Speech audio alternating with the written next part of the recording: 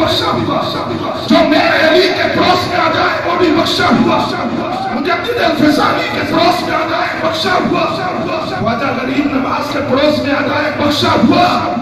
ہماری اس بات کو مانتے ہیں کہ نواز رسول کی قبر کے چاروں طرف میل میل تک جو دفن ہو گیا وہ بخشا ہوا، لیکن تم سے پوچھنا چاہتے ہیں نواز کی قبر میں پڑوس میں آ جائے تو وہ جنتی ہے جس کو نانا نے صدیوں سے پہلوں میں سلایا ہے اور کہتے ہیں نعرہ تکبیر، میرا ہاتھ بلند کر کے نعرہ رسالت، اور والے بھی نعرہ تحقیق، سارا مجمع مل کر بولو نعرہ حضرات گرامی قدر، رسول اللہ صلی اللہ علیہ وسلم نے فرمایا انسان میں دفن ہوتا ہے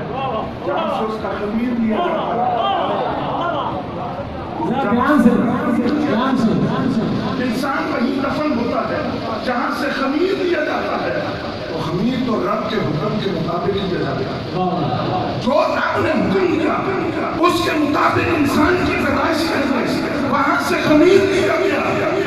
وہی وہ دفن بھی ہوتا ہے۔ تو آپ توجہ میری طرف رکھیں تو میں آپ سے سوال کروں، آج صدیق اکبر کہاں ہے؟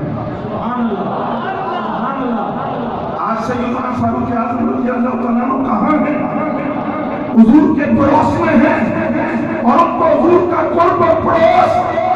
کسی نے خود نہیں، خود خدا نے عطا کیا ہے۔ ان تینوں کا امیر اسی مقام سے لیا گیا۔ ایک بات بڑی پسند آئی، اس نے کہا ان کی بکواس وہاں نہیں پہنچتی، ہمارے کلیجے چلنے ہوتے ہیں،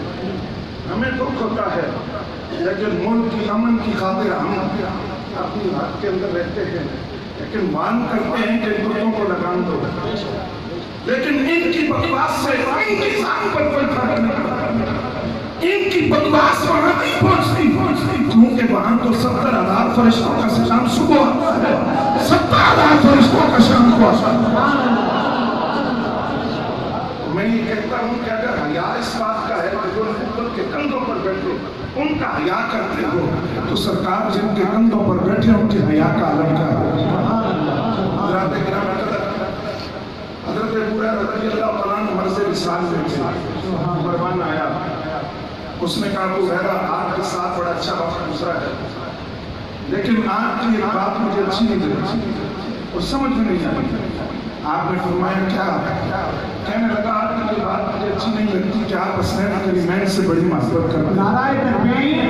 کہ مہربانی کریں تھوڑا سا رشتہ علماء کرام کے لیے ہم نے پہلے بھی عرض کیا ہے، رشتہ چھوڑ دیں۔ ڈاکٹر مفتی محمد یونس نقوی صاحب